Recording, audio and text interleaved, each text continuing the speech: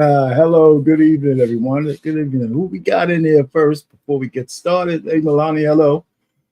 I would imagine everybody's going to pop up just like I do. Welcome to the Black Man Unfiltered Network, and we're going to have a good one for you guys tonight. And so we'll wait for some people to get off of work and get on this live stream, and let's talk a little politics.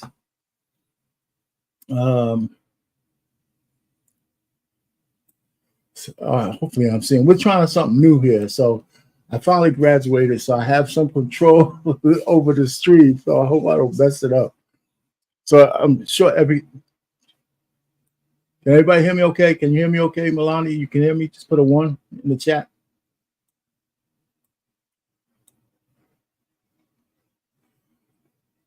Let me see, private chat.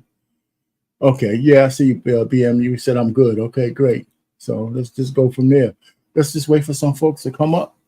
I guess if they start to put some comments in the chat, I'll see them, because I definitely don't see anybody else just yet. Yeah, I got you. Thank you, Milani. I see the 1. So as you see, the title of the show tonight is Liberalism versus Conservatism. But we're going to talk a little bit about which one is the best, which one is the most destructive to the Black community, specifically, and to Americans as a whole.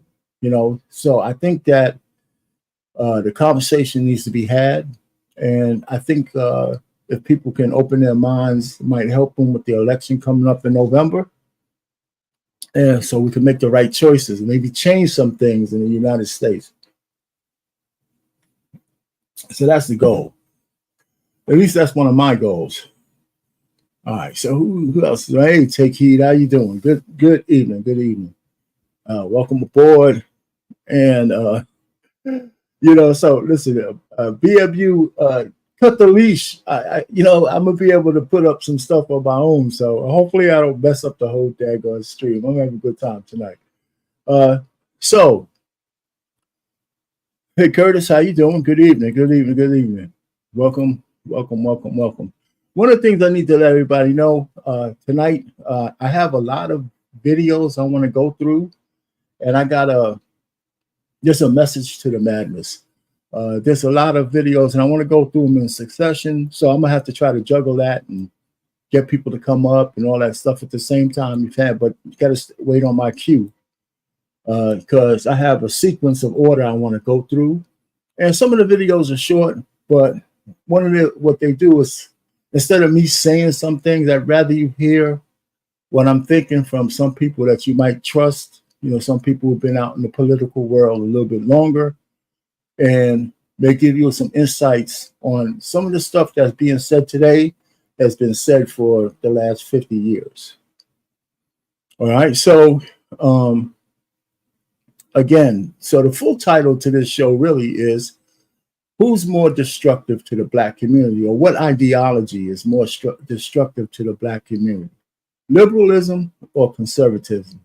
And I don't know how many people actually think about that. I know for a lot of years, as a black man growing up in a regular, typical Black family, we're all told to just vote Democrat regardless. Now I'm wondering how we got there. So I'm not. There's a lot of ways we got reasons for why we got there. I'm just saying,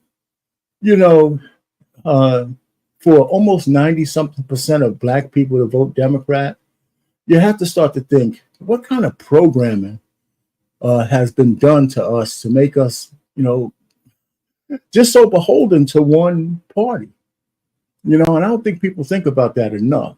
How did we get so beholden to one party like that? What kind of programming was done to us that took us from the Democrats having us in chains, physical chains during slavery, and they were Democrats, by the way, to the fact that now we're in mental chains when we got the right to vote. And we're voting for the same people who enslaved us. And so now we're enslaved mentally, right? With being told how to vote, who to vote for, and if you don't vote, if you're a man, they Actually, they challenge your manhood, right? We got these Django Calvinites like Ricky Smiley and D.L. Hughley, Roland Martin, all these guys crying Calvin and saying all of these things about black men who decide that Calvin! Exactly. I call them Django Calvinites. We got a lot of those guys, man. You know, so hey, Catalia, how you doing? Uh, Braxton, the snake, the snake fiend. That's great. Anyway, so what I want you to do as we go through some of these videos, kind of think, how did you get to come to the conclusion of who you want to vote for and why? And the reason why, at 66 years old, I don't feel like I'm treading any new ground. I'm saying, how could I have been so stupid for so long? You know what I'm saying? For 40 something years, I've been voting for Democrats. I mean, a couple of times in there, I vote for a Republican here and there. But I'm saying, wow, how could you be such an idiot for that long? And so somewhere around 2020, when I started thinking about all the damage that Biden has done, and I started to think to myself, why are black people giving this dude a pass? I mean, there's so many receipts of his hatred and contempt for black people, and nobody wants to speak about it. I don't have to rehash what he did.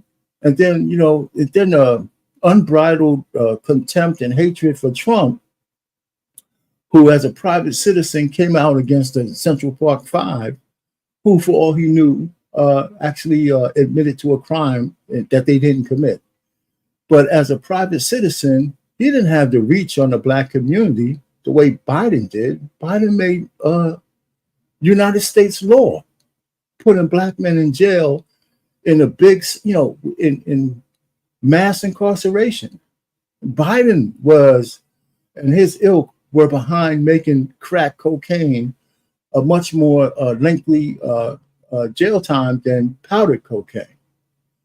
Biden was a part of that. And I don't see how the hell we voted him in 2020. Nobody talked about it. None of those Calvinites that should have been smarter, Ricky Smiley, who's telling black men to just vote for the hyena just because she's a woman. I mean, why are we asking for her policies? Can you imagine a person with a platform like that telling black folks, black men in particular, don't ask her any questions. Just vote for her.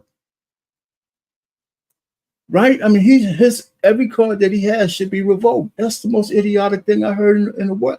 Let her tell us why we should vote for her. Trump has been all around the place telling us why we should vote for him. And he's like the most, the media's against him. Even, and he's still out there on the stump. She's afraid and being hidden from everybody.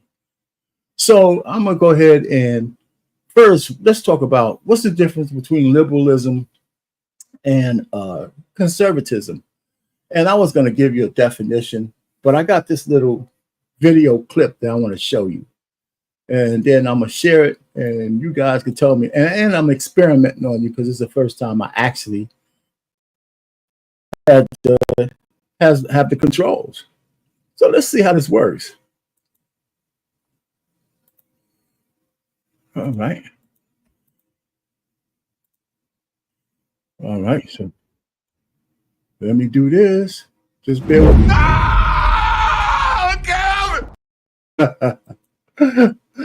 Oh my God. Don't be Calvinite me, man. All right. Can everybody see this? Put a 1 in the chat. Put a 1 in the chat if you can see what I just showed you. Yes, yes, yes. Anybody? Can you see it? Can you see it?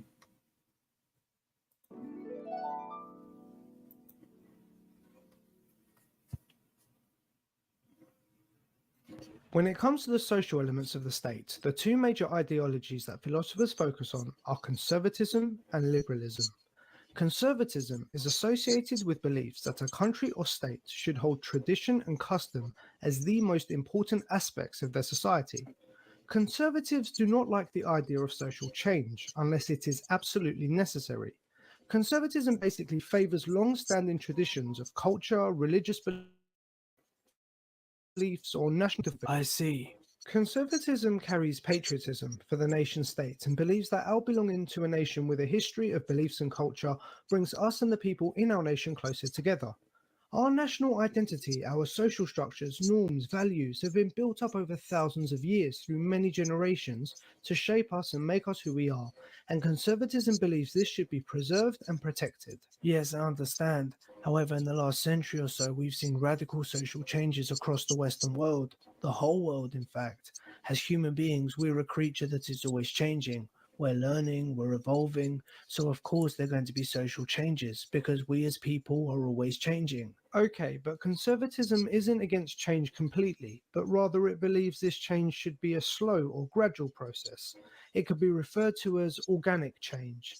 Conservatives understand there is a social change, but would like to control it and ease it in piece by piece so as to not disturb the wider web of society.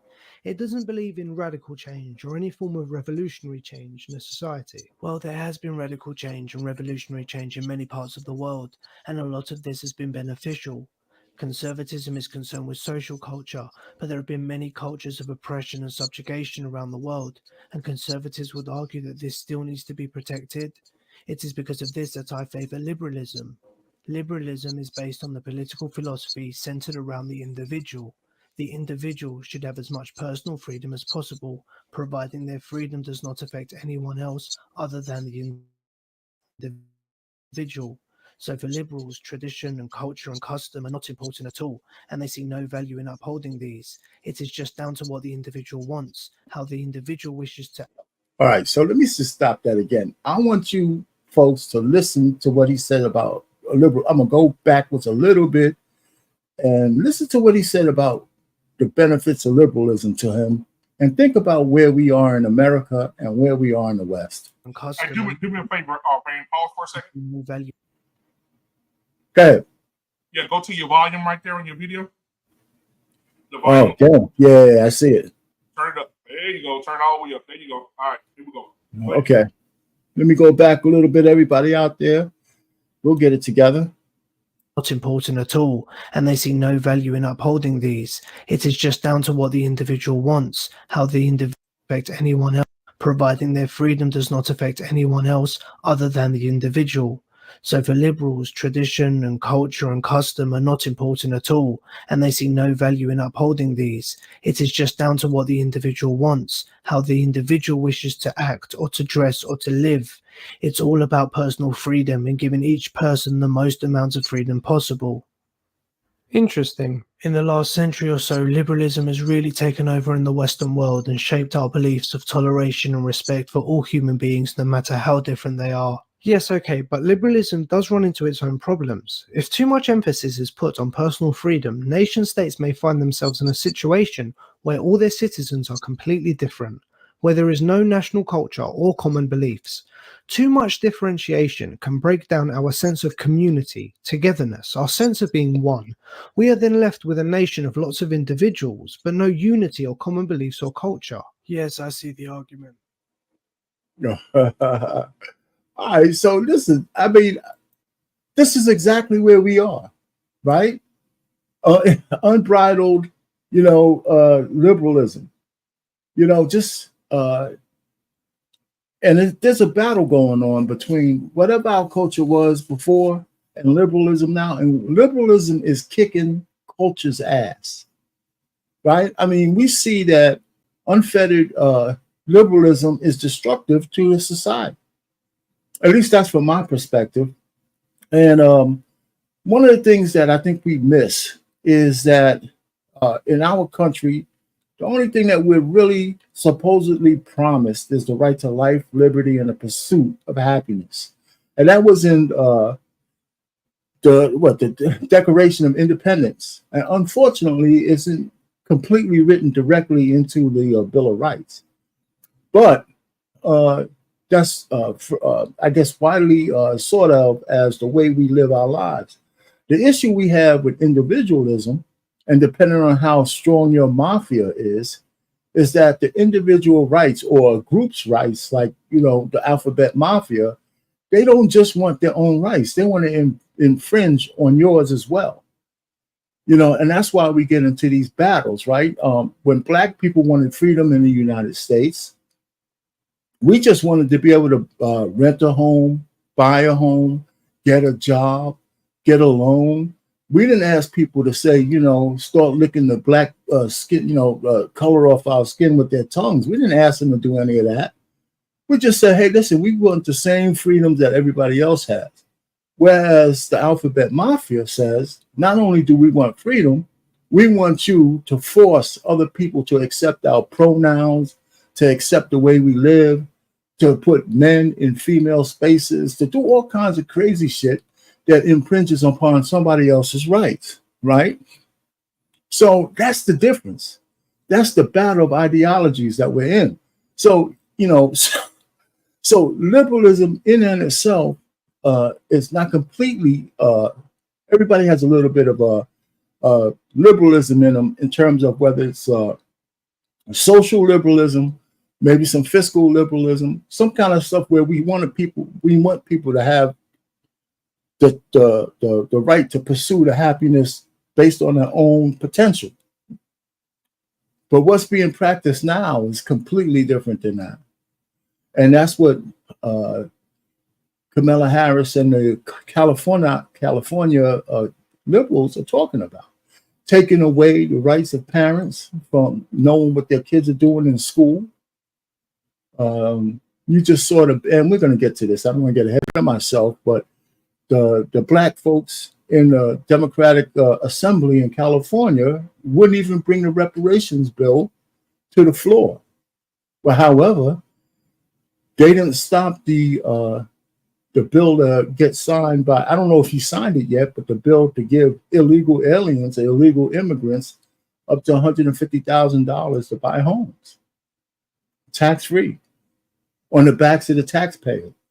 These are the Democrats you want to put back in office. I mean, it's just crazy, So anyway, let's let me take this down and kind of just keep going for a second. So, I don't know where a lot of people stand, but I have a lot of issues with the way things are going with American culture. Our culture and American culture in general is dying. And Black culture is completely just ratchet, right? Because what our culture has been devolved into is ratchet rap music by men and completely hoe culture by the women. And that stuff is what gets projected around the whole world. So when people see Black people, they see the worst of us because that's being plastered all over the place. So the laws in our society, the social structure and the laws of our society is anti-family. Everybody knows that. We're incentivized to be individuals. So marriage is out, right? And you get one, and we can thank no-fault divorce for that. And for all the reasons of no-fault divorce, those reasons are gone, right? So that's been a big bane on society. What else is there? Biological, right? But even our biology is under attack. What we used to know as true, and still is scientifically, that there's only two genders, male and female, men and women, XX, XY for men, XX for women. And since there's 8 to 10 billion people in the world, every so often you have an anomaly where somebody's born hermaphroditic or hermaphroditic, whatever you call it. But that shouldn't change the way we view male and female, right? So even if it was 1% of a percent, when you're talking about 10 billion, that can still seem like a large number. But the truth of the matter is,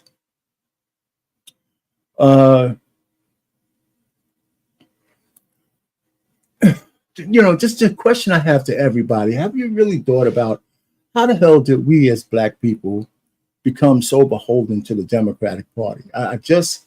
What was it tells you that the programming was so strong and our leaders were in the bag so much that we went from, like I said before, physical change to mental change. And that's where we are right now. So what else is there? So here's a couple of things between liberals and liberal Democrats and conservatives, Republicans, that is a wash, right? It's a class warfare system. So the white elites who belong to, and the Black ones who belong to liberals, or the ones who belong to the conservative Republicans, they all go to the same club, right? It's a class war against everybody in the middle, and both the elite on the left and the elite on the right, they both eat from the same goddamn buffet. That's the backs of the middle class. They both do. So that's a wash. So whether you vote for Harris or you vote for Trump or anybody in between, except maybe Joe Stein, you're voting for, people who, say different things, but they go to the same parties at night. The other thing that's unhealthy and irrational is all of our politicians are tethered to Israel. There's no daylight between Republicans or Democrats when it comes to Israel, though. We're giving them money without any strings attached. And we need to get to the bottom of that, because I don't have any issue having allies. But if we're giving them money, they damn sure should be answering some questions, and they should be beholden to what we want from them for that kind of cash. That's what I think. But there's no daylight between the Republicans or the Democrats there. They both are in the pockets of AIPAC. And so we can't really discriminate in terms of who we vote for based on Israel or based on class. So those things are a wash.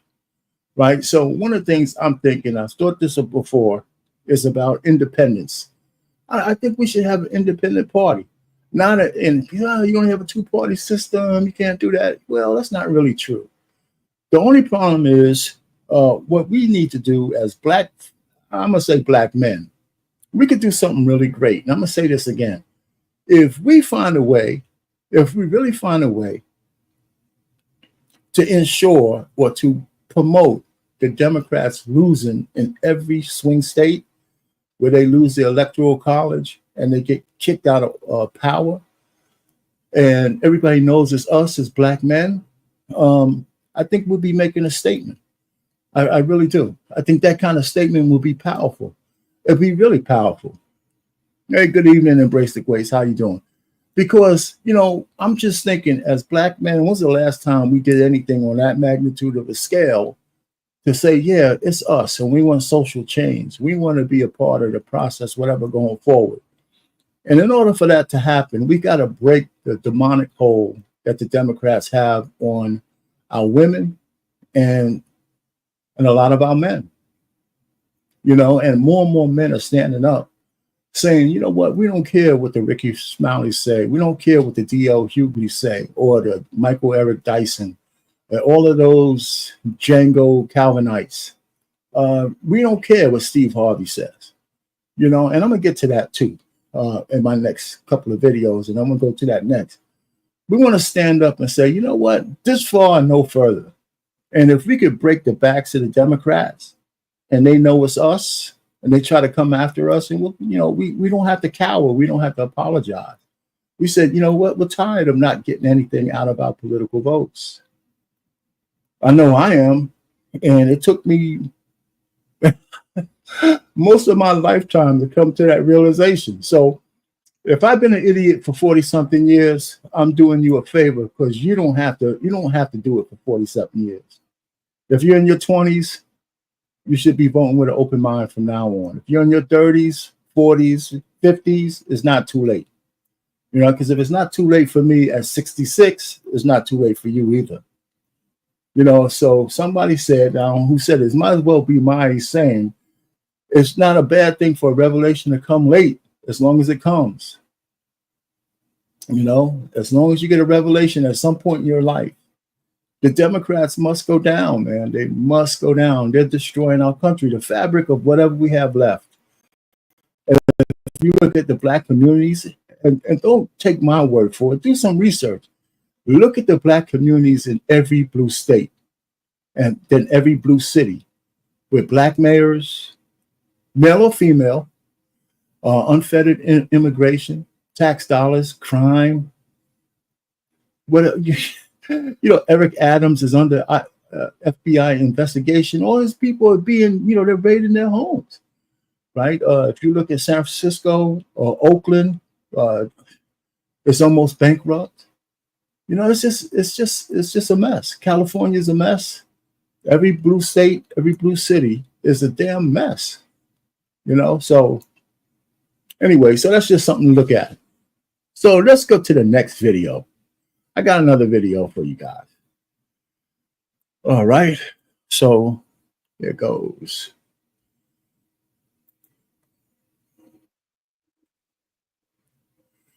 All right, so hold on. I'm going to play this other video for you. And it's Malcolm X, so it's no secret there. I want you to hear through Malcolm X's own words what he thought about liberals and conservatives. In this crooked game of power politics here in America, the Negro, namely the race problem, integration, civil rights issue, are all nothing but tools used by the whites who call themselves liberals against another group of whites who call themselves conservatives, either to get into power or to retain power. Among whites here in America, the political teams are no longer divided into Democrats and Republicans. The whites who are now struggling for control of the American political throne are divided into liberal and conservative camps. The white liberals from both parties cross party lines to work together toward the same goal, and white conservatives from both parties do likewise. The white liberal differs from the white conservative only in one way. The liberal is more deceitful, more hypocritical than the conservative. Both want power, but the white liberal is the one who has perfected the art of posing as the Negro's friend and benefactor.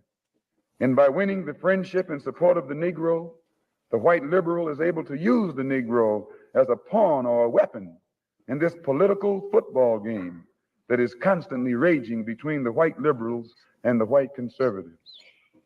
The American Negro is nothing but a political football, and the white liberals control this ball through tricks or tokenism, false promises of integration and civil rights. In this game of deceiving and using the American Negro, the white liberals have complete cooperation of the Negro civil rights leaders who sell our people out for a few crumbs of token recognition, token gains, token progress. In the New York Tribune, in an editorial dated February the 5th, 1960, they pointed out that out of 11 million qualified Negro voters, only 2,700,000 actually take time to vote. This means that, roughly speaking, only 3 million out of the 11 million Negroes who are qualified to vote take an active part, and the remaining 8 million remain voluntarily inactive. And yet it is this small minority, the 3 million Negro voters, who help determine who will be the next president. If who will be the next president can be influenced by 3 million Negro voters, it is easy to see why the presidential candidates of both political parties put on such a false show with the Civil Rights Bill and promises of integration. They must impress the 3 million voting Negroes who are the actual integration seekers. And if so much fuss is made over these 3 million integration seekers, what would the presidential candidates have to do to appease the 8 million non-voting Negroes let me stop it right there for all of you guys. And this is kind of what I was alluding to before. What do we have to do to actually be heard and get what we want out of our votes? And the majority of, I think the kind of ratio of who votes and who doesn't vote in the Black community is probably pretty much still the same. I know of a lot of people who are going to stay home from the polls. But the truth of the matter, what's changed from his time to our time is not really much, right? The liberal Democrat is the wolf in sheep's clothing. I like to liken it to a Trojan horse. A Trojan horse, and everybody knows the story of Troy, when they let the Trojan horse in and the soldiers came out of the horse and, took over Troy. It's a fictional account, but just think about this. It's talking about a wolf in sheep's clothing could lie in wait, play the long game, right? So if we're talking about a Trojan horse, they had like 50 men trapped in a big wooden horse. They were shitting and pissing and stinking on each other just for the chance to get behind those gates of Troy so they can take over the place. Can you imagine the being in those confined quarters for maybe weeks, right? When they went up to the gates of Troy, they didn't just open the gates. That damn thing sat out there for some unknown period of time. But this is how bad those guys wanted to be able to destroy Troy, that they were willing to sacrifice anything for the long game. And that's what the Democrats have done to us, right? We're constant victims. Constant reminder that we're less than and that we need their help, and the orange man is bad and the conservative white is somehow more evil than the democratic white, and all in the same backdrop of having Joe the racist Biden as president right in front of our faces, and then the Django Calvinites reinforcing the grift by trying to shame Black men. And this is what, the one thing about Black men, we're too easily shamed. Women shame us. The Django Calvinites shame us. And I think they shame us into changing our mind to get on off our square all too easily. They had a woman come on and shame Cam Newton and Nick Cannon for being free men who wouldn't marry any woman so they can lose half their wealth, but they wanted to have children, so they did it on their terms, right? And so this is just a segue of how, and every other woman I know has some kind of smoke for Cam Newton and for Nick Cannon, but I don't see no smoke like that for just the average woman giving babies to Pookies and Ray Rays. So, yeah, that's right. And she had no man. And you know what? Here's the other thing with the chick. When she was talking to Cam Newton, her tits were pretty much falling out of her dress while she's talking to him, telling him that he's so low value. You know what? Men should stop allowing people to gaslight us, especially Black men. So getting back to the political thing, we don't give a shit what Ricky Smiley says or Steve Harvey, Michael Eric Dyson, Lamont, whatever his name is, crying ass Van Jones, all of these assholes who sold us down the river, bobblehead Al Sharpton, none of these guys, none of them. We need to ensure that we destroy the Democrats on November 5th. That's what we need to do. We need to make a statement. And no amount of woman should be able to tell you not to do it because they want to vote for a woman with brown skin and don't care about her policies. This is the most stupid shit I've ever heard. It's time for that kind of stuff to stop. Anyway, so what? I have another one from Malcolm X in terms of the grift and the propaganda that gets us almost every time. So here's another one. So let me just stop sharing this one. And I'm going to show you another one real quick. I'm going to just go through these because we have a few.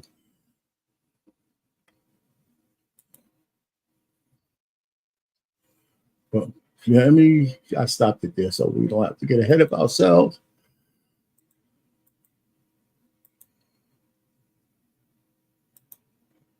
All right. Concerning the poll taken by Newsweek magazine, I think you said that this was the leaders who said that, who went with King and against Mr. Muhammad around 90%. I just told you a little while ago, these leaders that they call leaders, this included Lena Horne, this included Dick Gregory, and this included comedians, comics, trumpet players, baseball players. Show me in the white community where a comedian is a white leader. Show me in the white community where a singer is a white leader, or a dancer or a trumpet player is a white leader. These aren't leaders. These are puppets and clowns that have been set up over the white community and over the black community by the white community and have been made celebrities and usually say exactly what they know that the white man wants to hear. And it is an honor, actually, that they endorsed Dr. Martin Luther King. And I just wanted you to hear that part. So this is Malcolm X saying what we already know. And this the gate. Listen, the thing that has to be obvious to everybody. Our Payne isn't making this shit up. How many commercials? How many not commercials, but how many different shows have we seen those same celebrities?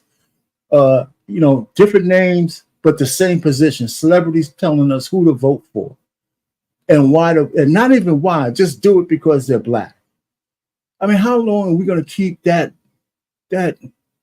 childish choice as a whole community at the forefront, not asking for anything in return? Ice Cube said, hey, listen, how about we make the Democrats and the Republicans vie for our votes with his plan? Well, you might not like Ice Cube, but he was trying to do something assertive. And guess who shot him down? Black women. What's in it for us? Not what's in it for the community. Not what's in it. I mean, I don't want to get on black women, but you're being used as a conduit for all kinds of fuckery, man. So and then the sycophantic black men who come behind you, who don't have any problem holding on to your dress aprons and just doing what you guys say. That's not the natural order of things. It's not.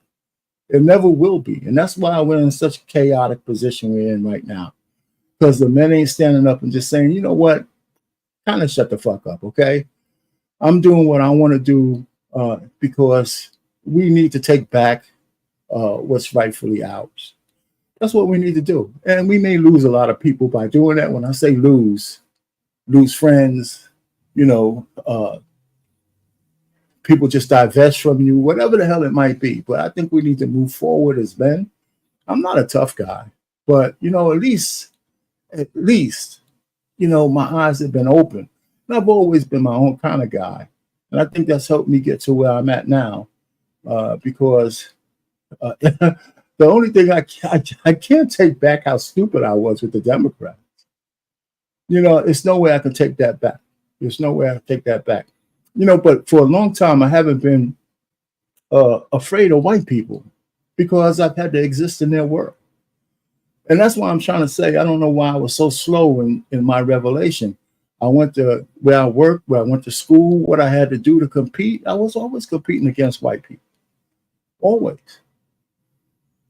And I think I did okay for myself. So that showed me that we didn't have anything to fear but fear itself. Because most of you guys out there who are black, that's who you're competing against.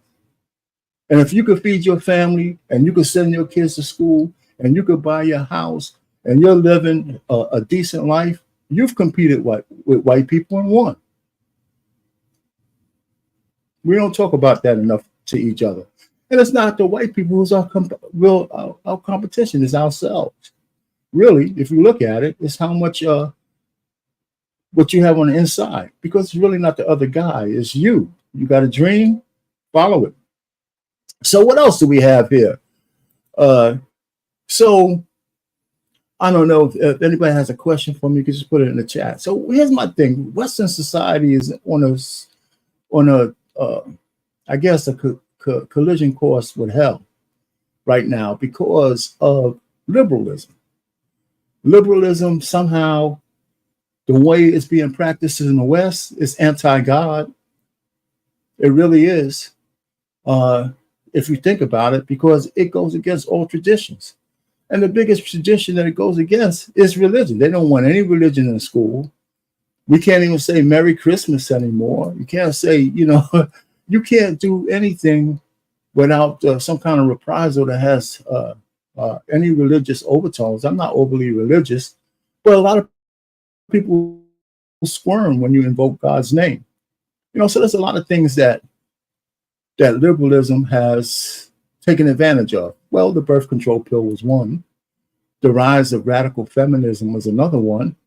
The rise of single parent households is being championed by women like Ebony K. Williams and a whole lot of other women who have means, and they give bad information to women who don't. No-fault divorce, I think, is a liberal thing. Started in California, spread across the country. Same-sex marriage, well, I think that's like a gateway drug. Because I didn't have any real problem with somebody who wanted to be married who was the same sex, but it didn't stop there, right? It grew into the alphabet mafia. And then the alphabet mafia got political power, and then they tried to destroy Title IX. Now, I'm old enough to understand 50 years ago how hard women, women with vaginas, fought for Title IX. Gave you scholarships, gave you equal footing in schools, gave you the baseline for all the success you have today, especially you college-educated women. Right? Title IX was big, scholarships and everything. Now we have men who are trying to invade that space, and guess who's the champion for to destroy Title IX? Women, Black women. All women, a lot of women, but every time they want to talk about the alphabet mafia, it's a Black woman who's the spokesman. We even got a Black woman who couldn't define what a woman is on the Supreme Court. Guess what kind of ruling she's going to put out there? Right? So, I don't know. I just think this, once you see it, you can't unsee it. All right, so let me just go. I got so many videos. I'm going to just go to the next one. How about that? Let me just keep going. I just want you guys, because it's kind of telling you a story. The next one is Malcolm X again, right? We got another one from Malcolm. Right, I'm going to just put that there. Hold on for a second. And I want y'all to hear this one. Because with all the bad things happen from unbridled liberalism, we got one more from him. And I think you guys will be familiar with this quote. Max, you were involved in a controversy some months ago with your leader. Is that over? Well, I've been silent for the past 90 days because of some statements I made concerning the President of the United States, which were distorted. They were distorted. And yes. What did you say, Malcolm? Well, I said the same thing that everybody says, that his assassination was the result of the climate of hate. But only I said the chickens came home to roost, and which means the same thing. Climate of hate means that this is the result of something. And when I said chickens coming home to roost, I said the same thing. But you did not say that you were glad the president was killed. No, that's what the press said. What would I look like saying that I'm glad the president was killed? Malcolm, let me stop it right there. So I just want y'all to hear the quote, where it came from and why. And the reason why I put that up there, what's up, Lois? How you doing, man? The reason why I put that, can you hear me? Lost in translation? You didn't say anything. I can't hear you, but I know I clicked you. But anyway, so listen, the reason why I put that up there is because with all the things that liberalism is doing to us, at some point the bill will have to get paid. The chickens will come home to roost. And I'm saying after November 5th, if we put the wrong person in the White House, all the dastardly shit that's going on in California could spread across the country. Think about it. Now, because California has been a gateway drug for bad policy across the country before, and no-fault divorce It's one of the biggest ones. It's pretty much destroyed marriage as we know it. And if you think about it, New Jersey was the last state to pass no-fault divorce. That was 2007. So it won't happen overnight. So so all I'm just trying to say, these things spread, bad policies spread, right? The unfettered immigration. You think Kamala is going to get in there and all of a sudden become a border czar? No. They're building a new base on your tax dollars, right? Because these guys will have those, $13,000 a month of EBT and cash. You ain't getting that. They're getting loans for homes. You ain't getting that. They're getting training for those low-level jobs. You ain't getting that. They're staying in, 5-star hotels on the government's dime. You're not getting that. I mean, how you're being replaced.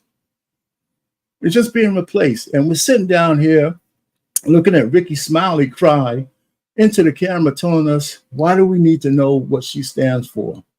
She has brown skin. So just vote for her.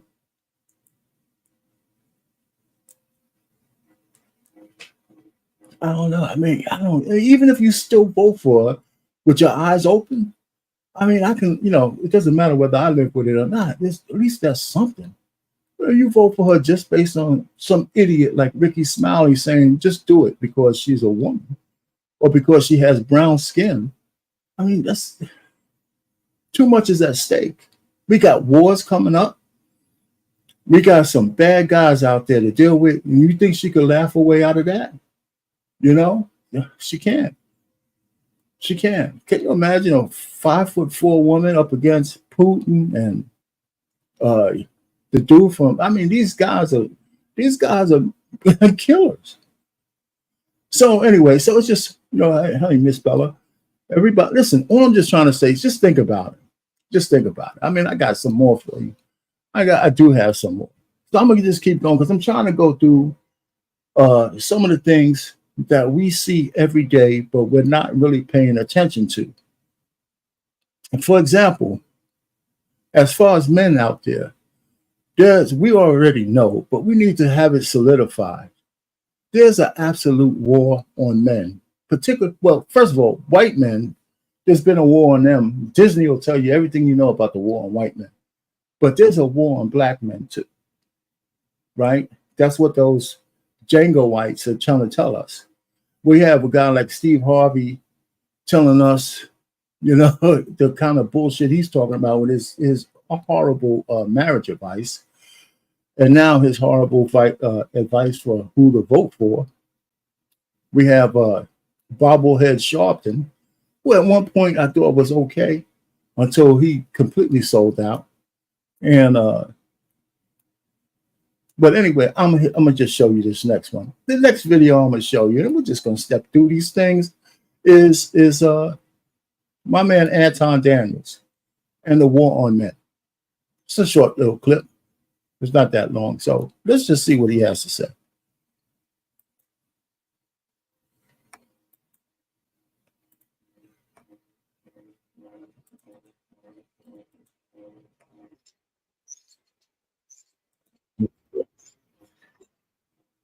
Let me get to the right time stamp. Hold on for a second. Bear with me. Got to say in her full context, because she was cooking. She was absolutely cooking. I feel like nobody's paying attention to the fact that there's currently a war on traditional family values in America and a war on men. The left, liberal women are like, let's snuff men out. Let's feminize men. Let's tell men they're not men. We can be men and we don't need you. And traditional family values, oh, here's a war against that. What is a family? A family can be whatever you want it to be. It's back to, we don't need men.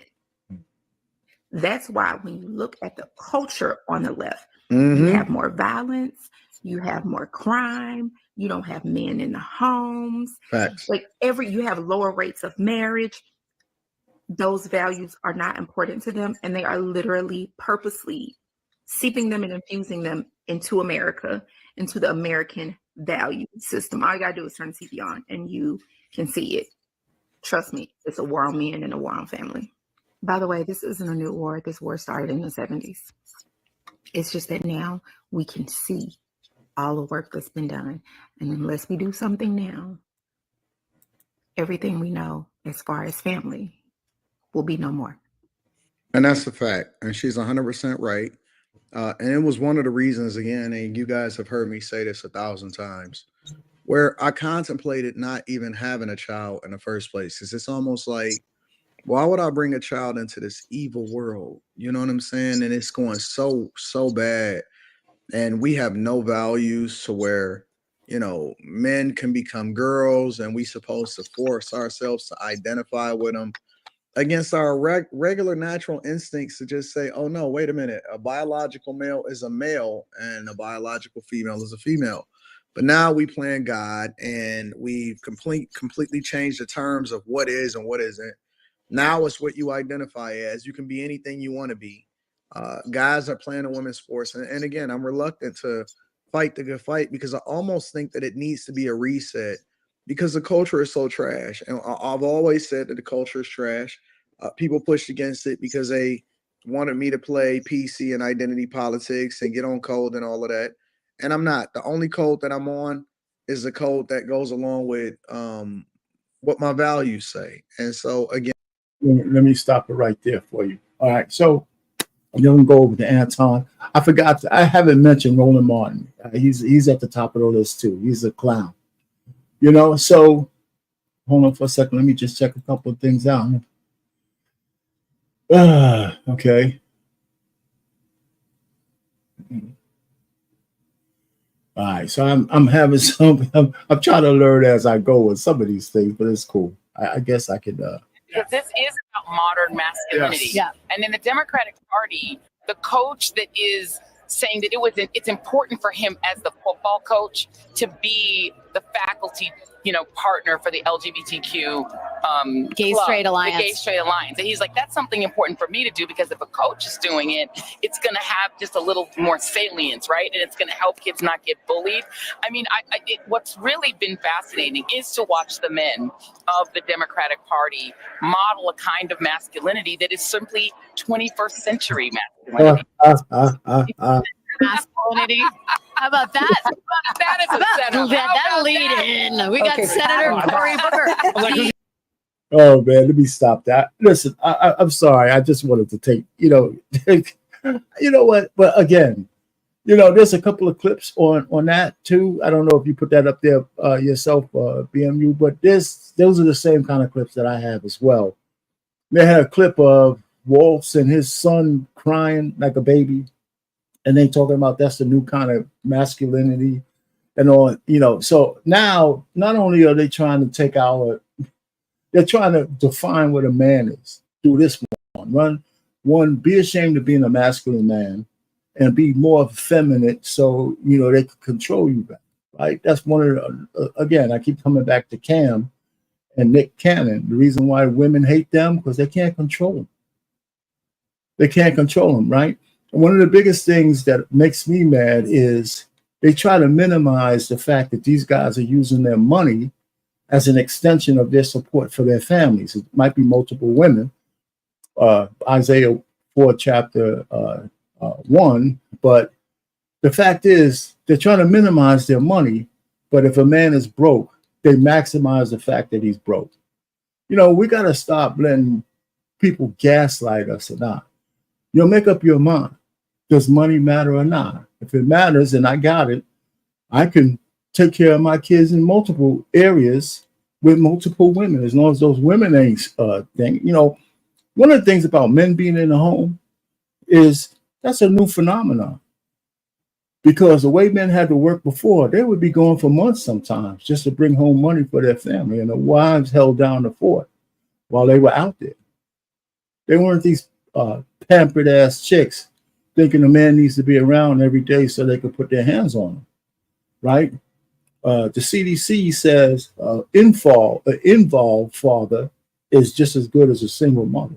They didn't say he had to be up under his kids all the time. That's impossible for a man on his ground to do. It's impossible. You just got to be there when you need him. So, we got to, as men, we got to stop being gaslit by everybody. This, we just got to stop. Stop apologizing.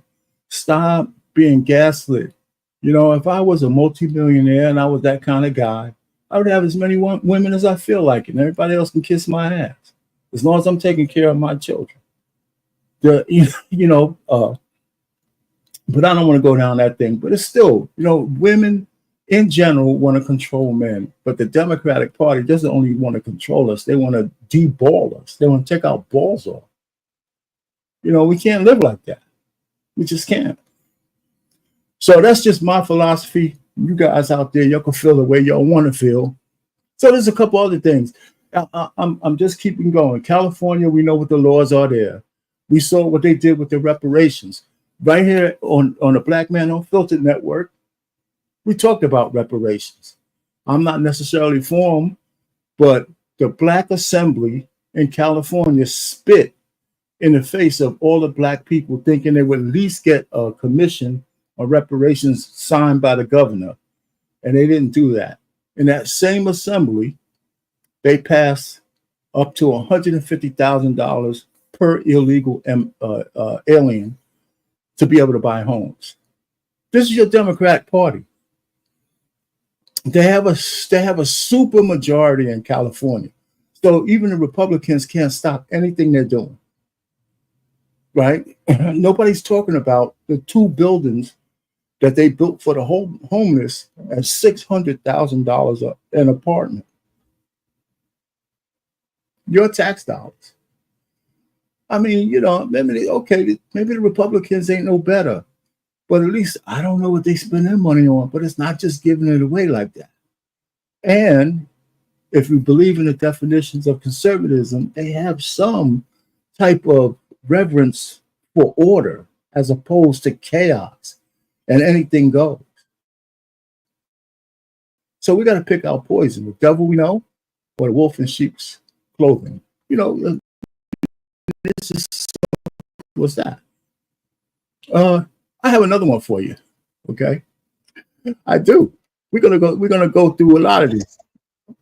We're gonna go through one more. We're gonna go through a few more. So just bear with me. Anybody who's still here, I just got some more for you. I just want y'all to see what's going on, what your liberals are doing to our country. And you know what? Okay, did I start by telling you guys I'm biased? I am. Somebody mentioned Roland Martin. Doing so in trying to put forward male figures, Tim Walz being one of them, Doug Emhoff last night, who can speak to men out there who might not be the sort of testosterone-laden, For me, the Democratic Party emasculates Black men. And I think Hispanic men probably feel the same way. And I say this because they weaponize identity. I understand Zesty Rolanda Martin, who I got kicked off of News One Now for hating. His views dropped and he got dropped. Zesty Rolanda fell off after he tried to come for the Prince of Pan-Africanism. His views dropped and News One Now dropped that receding hairline, no neck Negro. I'ma deal with Zesty Rolanda. I'ma deal with that Democratic Party plantation slave driver.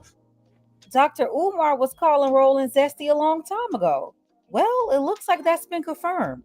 Angela Stanton put everybody on alert after Roland made a mistake on his live stream and exposed himself. He was on a Labor Day stream from his personal laptop, and after playing a clip of Kamala's CNN interview, he made a mistake and showed another clip that was on his computer of a man with no clothes on, that man's behind fully exposed.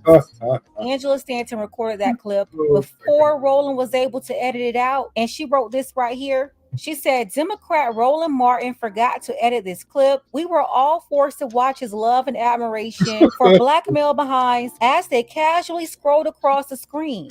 I told y'all in a post I wrote a few weeks back that 90% of the men I know that still represent or support the Democrat Party are gay. Watch how mad he gets when he finds out it aired. How much more proof do you need? It's time to save our men and boys. So Angela, she posted that. I won't be showing that video here, but if you want to see it for whatever reason, the link is below.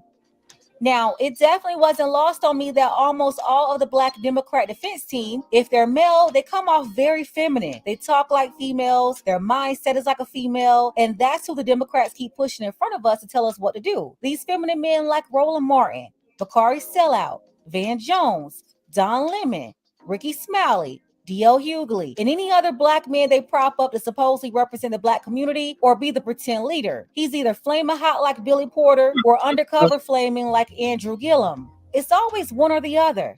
For years now, the Democrat Party made a major push for strong, independent women to lead the party and to be followed by docile, emasculated men like Van Jones and Roland Martin. They want to take women's femininity away and everything that comes with womanhood and give that to men. You know, like Tim Walz putting tampons in the boys' bathrooms in his state. The Democrats are attempting to redefine masculinity as they target and destroy any sign of manhood in men. There has been a lot of talk about masculinity and MAGAism trying to own masculinity in the most regressive sort of misogynist way possible. J.D. Vance lecturing everybody on, what a family means, what it means to be a man. Donald Trump obviously has his own version of manhood.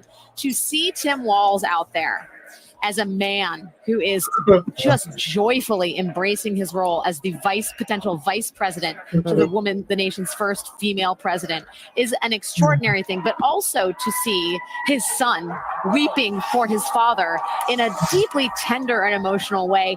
And then the last thing I'll say, because I think this hasn't been talked about enough, to see Democrats champion men as voices on reproductive choice. Yeah. Okay, enough for this bullshit. You know what I'm saying? Enough.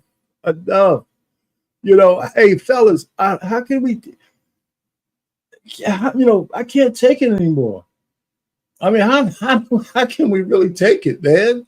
It's just crazy. Are we gonna allow? See, can you imagine 4 more years of no breaks? I mean, absolutely no breaks on unfettered liberalism. 4 more years, no culture, no religion, no governors, no shame, continued emasculation of men, the Disney effect on all the movies. And listen, am I the only one?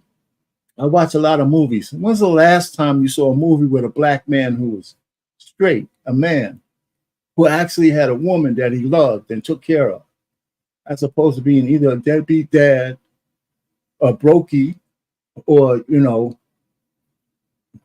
a bottom or a top?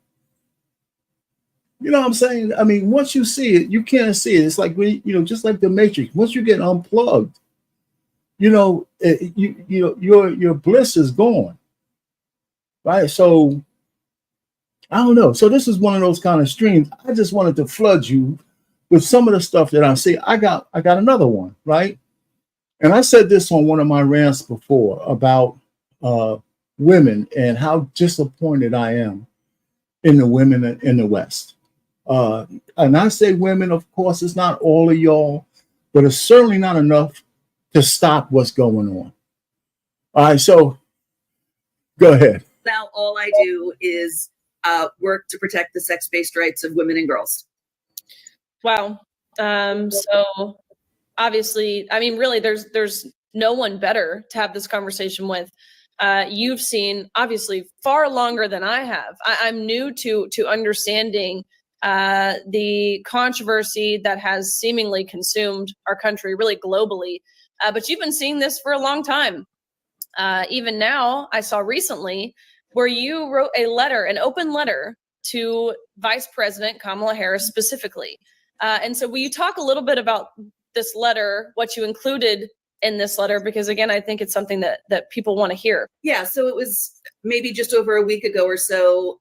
I think about this topic all the time, and I don't know exactly what made me do it, but something inspired me to sit down at my computer and type out all about how I've met Vice President Kamala Harris. Although, to be clear, there's no reason she would remember meeting me. I've met her 3 times. All encounters were very brief. So I'm not trying to claim that we're friends or anything like that, but I have met her.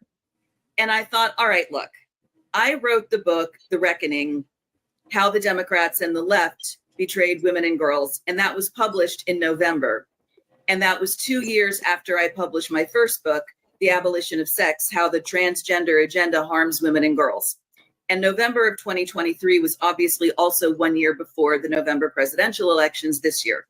And my thinking and the publisher's thinking was, look, Democrats, you've got a year to get your act together, to knock it off with all this gender identity nonsense, and to get back voters on the left who are angry at you. And there are.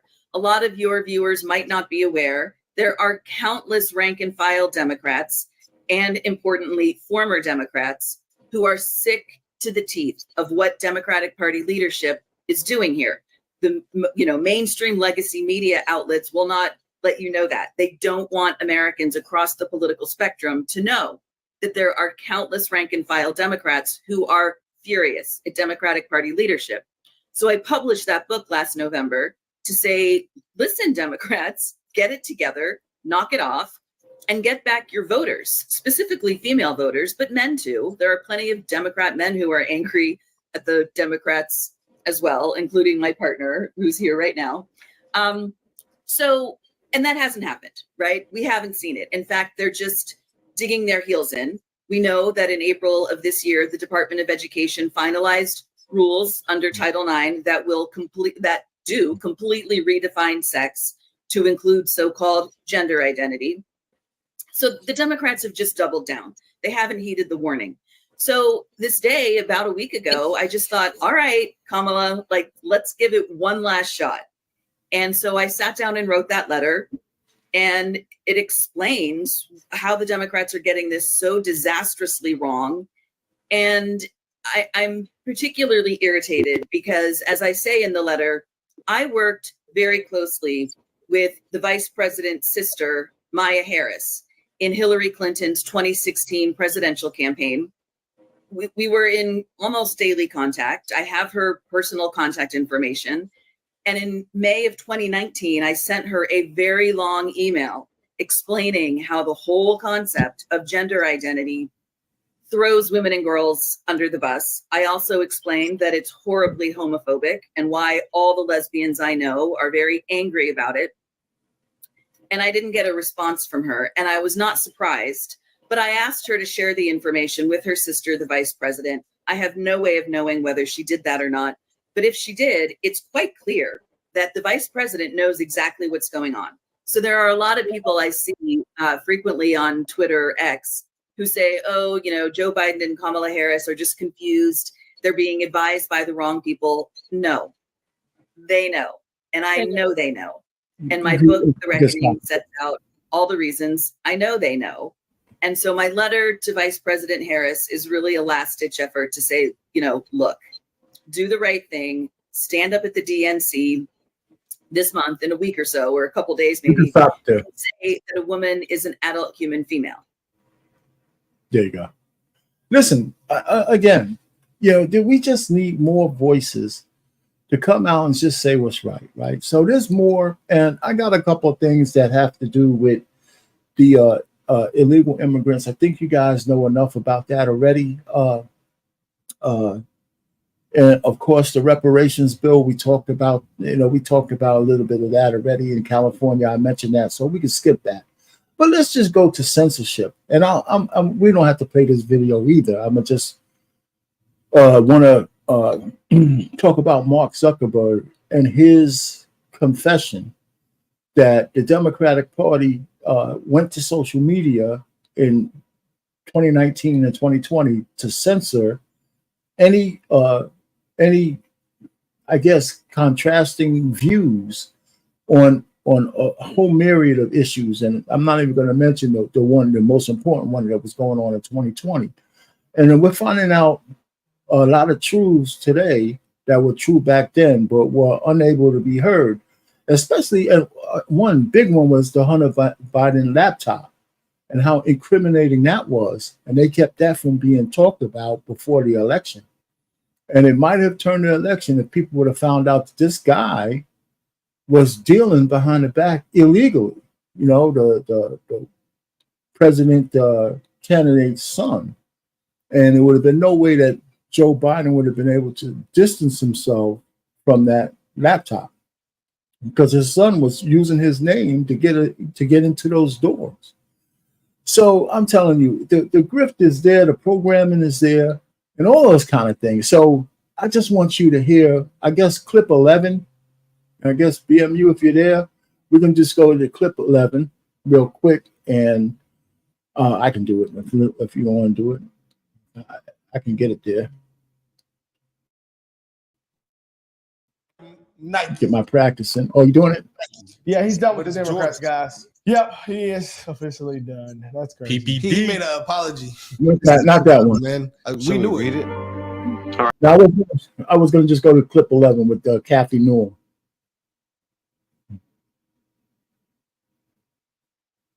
Yeah, you want me to do it? I'll do it.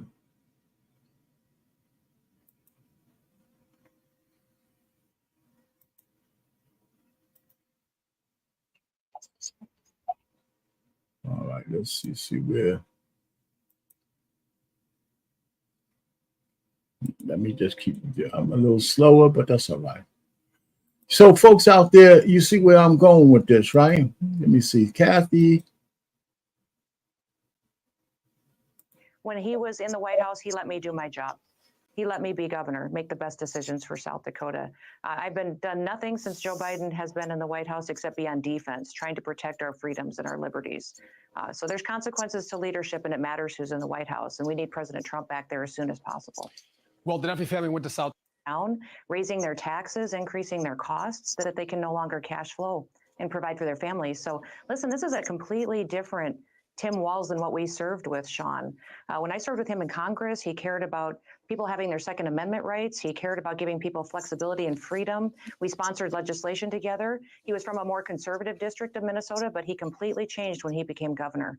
We think we saw the real Tim Walz that he has been hiding for several years. He's got ties to companies in China. You don't go to China 30 times to be a tourist, to look at the sites. You go there because you've got an affiliation with their government. You go there and you take students there to learn from them. If you think communism is the way to better protect people, which is what he truly does believe. And he's got ties to companies in China, such as the Beijing Genomic Institute, that he's funneled money to. And that company has ties to communist and CCP leaders. So, he truly is someone that wants to undermine the United States of America. We cannot trust him by putting him in the White House. Well, you're right. He undermined the freedom of his constituents in Minnesota. But you're right. We served with him in Congress. He was a moderate guy, right? Because he had a very Republican-leaning congressional district. But when he was unleashed as a governor, we saw the true Tim Walz come out, and it was crazy. You mentioned what's going on with the CCP. I want to talk about that. So he taught in China from 89 to 90. He visited the country 30 times. He got married on the anniversary of the Tiananmen Square massacre. He honeymooned in China. And to your point, he promoted Chinese communism as a teacher to his American students. So I think what this does, Governor, is it begs the question, is Tim Walz a national security risk? Absolutely. I'm 100% convinced he's a national security risk. This man wants America to grow up and be more like China, which is the exact opposite of what our leaders should be doing. I have spent all of my time fighting China, and for 30 years, I've been working in policy on protecting our food supply, and we've seen China not only manipulate our currency, steal our IP, treat us unfairly in trade agreements.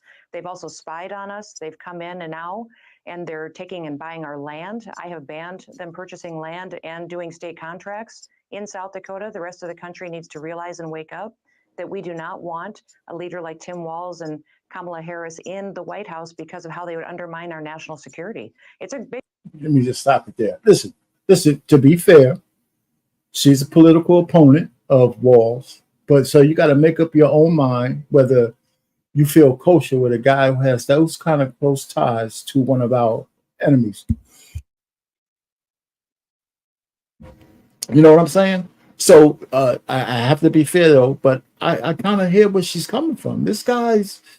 Nobody hangs out in China like that without, I'm just thinking Manchurian candidate. It's not so far-fetched. If you're going to China that often, It's not far-fetched to think that, somebody's got to you, and you're going to be in the White House a heartbeat away. You got the hyena, and then this guy. Come on, So anyway, listen, you guys got to make up your own mind. Listen, I know we have some time. I don't know if anybody wanted to say anything or wanted to come up, or just you don't have to come on speaker. You could be in the cloud. Anybody wants to say anything? I showed a lot. I have one more video, but that can wait to the end. But everybody's just digesting. All I'm saying is I'm biased. Hold on for a second. I'm biased. I freely admit it, right? My eyes are wide open, and I don't have any love for the fact that the elitists who run the Republican Party don't necessarily have our best interests in mind either. However, I'd rather the devil I know who I can see coming than the one who's taking me for granted, taking our vote for granted, and just giving us scraps. Yeah, I mean, in California, can you imagine the Black Caucus in California pissing in the face of all that Black constituency by not putting that reparation bill up for a vote? I mean, I don't know. I don't know how much more can anybody take. I don't care if you want to listen. And I don't only talk to Black men, because I have no way of. I'm proud to hear more and more Black women coming out and saying, you know what, I'm not going to vote for the sisterhood this time because of whatever reason. But I'd like to see Black men decide that we no longer want to be led by anybody but ourselves. Hell with the bullshit, man. It's just time for us to stand up and do something different. I'm trying to think if we care about our neighborhoods, if we care about marriage, if we care about family, we need to wrest the government away from those people who are against that. I think that if we got rid of no-fault divorce, we made paternity testing mandatory, and we made actually passed laws to make prenups actually stand, I think more men will get married. I think more men will get married because we're the romantic ones. The women are shit. Y'all all practical. And the way it is right now, he said, I'll marry your stupid ass. Wait for my 5 years, and then when I'm tired of you, I'll dip. So men are saying no to that, especially men of means like Cam Newton and Nick Cannon. He married one woman, but she had more money than him, so he was comfortable with it. So it's an idea that time has come, and it'd be nice to see Black men standing up on their square and not being sycophants to any party or anybody like that, and voting out conscience, no matter how much the women chirp, no matter how much the Jangoites, Black male Jangoites scream. We could just do what we need to do, that the betterment for our future. Maybe that's the way we could save the community, break the demonic hold of the Democratic Party. Because I don't see Republicans going down the hood, telling everybody they're victims. They'll tell people the opposite: get off your ass and jam. That works well. When you're motivated to do your own thing, win, lose or draw, but you move, right? That's the best kind of victories, the ones that you fight for. That's been my life, So anyway, I got one more, and everybody's mesmerized and shit, because I've been talking a lot of videos today, but I wanted to go through all kinds of aspects of the things that's going on out there, and there's much more that I think if you're not aware of them, then that's as bad as well. Again, November 5th is a watershed moment, especially for Black men. If Kamala Harris gets elected and Black men do what we've done, either stay away or vote because our women told us to vote for her and all this other horse shit, we're going to deserve what we get. You know, the Democrats need to be crushed. They just do. And and I'm gonna keep saying it. And I'm, until I start hearing more and more voices there. And again, I'm biased, and I fully admit it. And so, whoever's for, Kamala, they can come up and have their own damn show and say all the shit on why they want to. But you're not gonna get none of that from our Payne. Anyway, so I got one more video for you guys, and I think it'll sum up all the stuff that we're talking about. You know, just one more, and you got, it's a real short one, and you guys can tell me. All right, so let's do this last one. Let's just do this last one. And you guys tell me some history. Well, I'm going to give you some history here. Party defended slavery, started the Civil War, opposed Reconstruction, founded the Ku Klux Klan, imposed segregation, perpetrated lynchings, and fought against the Civil Rights Acts of the 1950s and 1960s. I did not know that they founded the KKK. Did you know that? I didn't know. In contrast, the Republican Party was founded in 1854 as an anti-slavery party. Its mission was to stop the spread of slavery into the new Western territories with the aim of abolishing it entirely. This effort, however, was dealt a major blow by the Supreme Court in the 1857 case, Dred Scott versus Sandford. The court ruled that slaves aren't citizens, they're property. The 7 justices who voted in favor of slavery, all Democrats. The 2 justices who dissented, both Republicans. The slavery question was, of course, ultimately resolved by a bloody civil war. All right, so that kind of sums it up, right? We got historical precedent and everything else. She says something that a lot of people don't realize, that in 1964, the Civil Rights Act, I'm going to say it again, was held up in the Senate by the Democrats. And it took a Republican to break the filibuster in order for them to get the 2/3 majority vote to get it passed. And he got a whole bunch of other Republicans and converted a couple of Democrats, I guess, to get the 81 votes. They needed 70-something, 77 or some shit like that, but they got 81 to actually get the civil rights bill passed. So that was a Republican. It wasn't a Democrat. So that was all the way in 64. And then somehow we went from really giving the Republicans their flowers to unbridled support of the Democrats since then. Then Lyndon Baines Johnson and his deal with the Black community to make sure we can get on an equal footing, giving the Black women the deal, $3 without a man, $5 with a struggling man. Which one will you take? So I don't know, man. The programming has just been so profound, so solid, so unwavering. Here we are today, with a class divide in the Black community, and we can't even really see it. We really can't see it. Some people are just kind of blind that there's a whole bunch of Blacks being left behind. Media Man said that by the age 24, 77% of Black women have a baby. 77%. So who's betraying who? Now let's just say 10% of those women are married. I think that's a high number, but just out of wedlock. So let's just say 65%. This was a study done from 2015 to 2019. So yeah, you know what? At the same rate, only 50% of those were men, Black men. So there's a difference of like 25%. But by the age 20, it was 40% of the Black women and only 14% Black men. And Media Man has a lot of receipts when he does his numbers.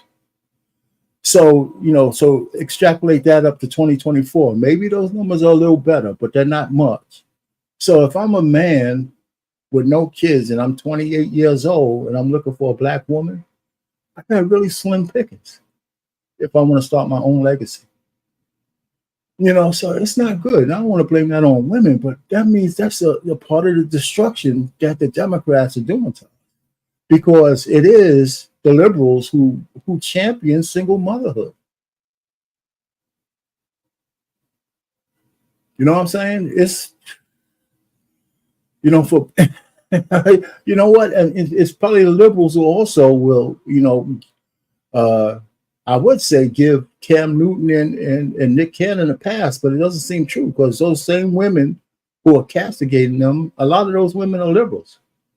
But all of a sudden, the rules apply to two men who don't want to be controlled. You know, so I don't know what to tell you. I just think we need to see change in how we think and the kind of way we live.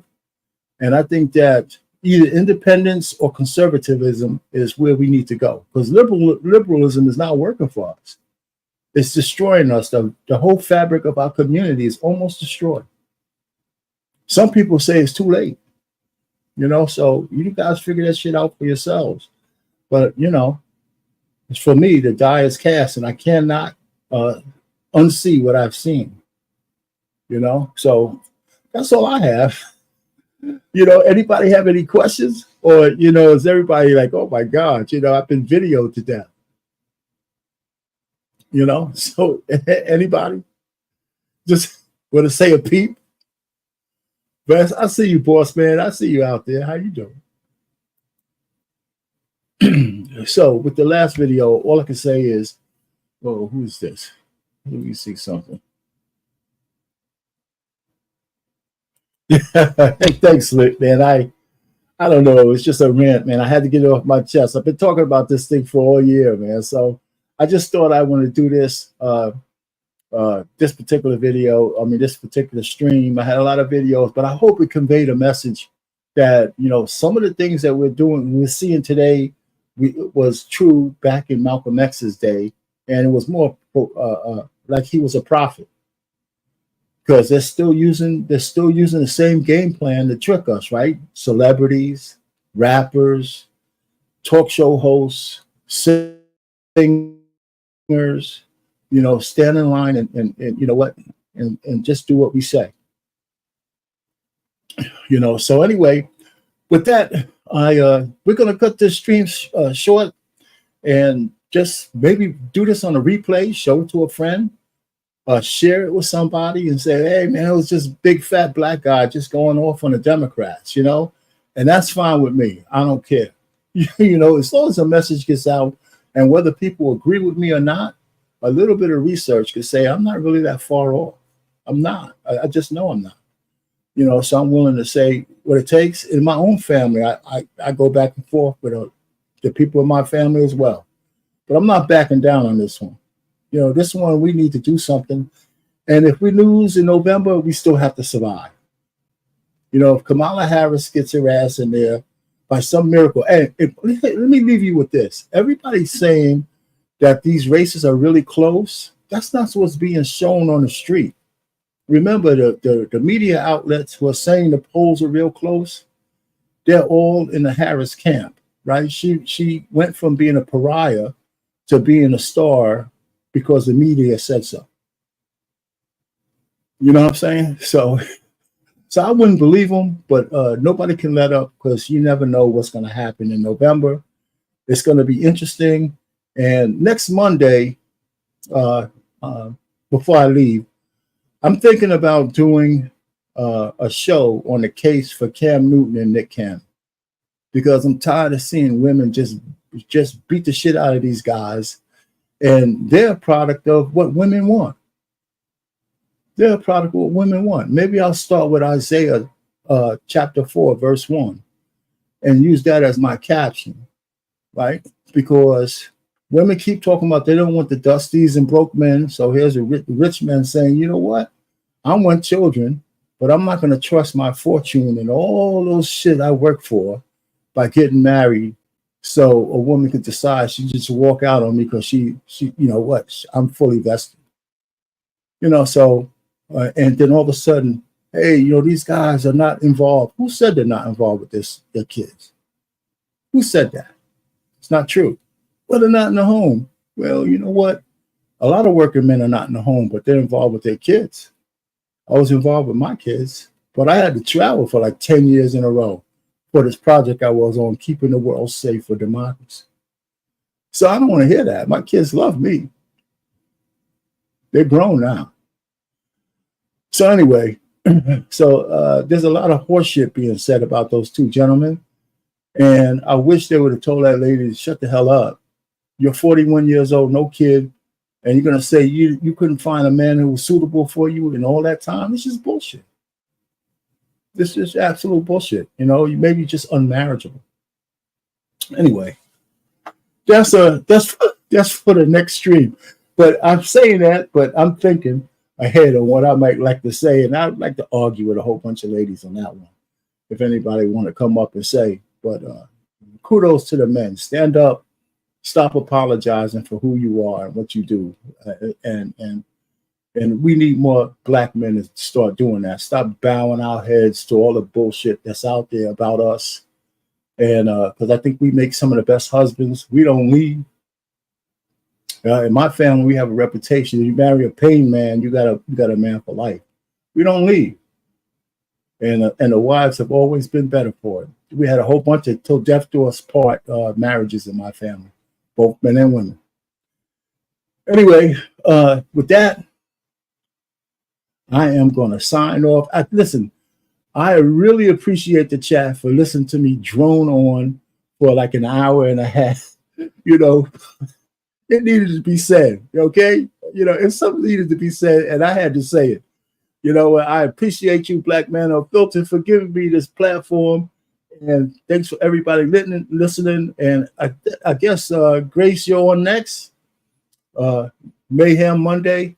And she always has something good to say. Hopefully I didn't see the thumbnail, but I'm sure you are.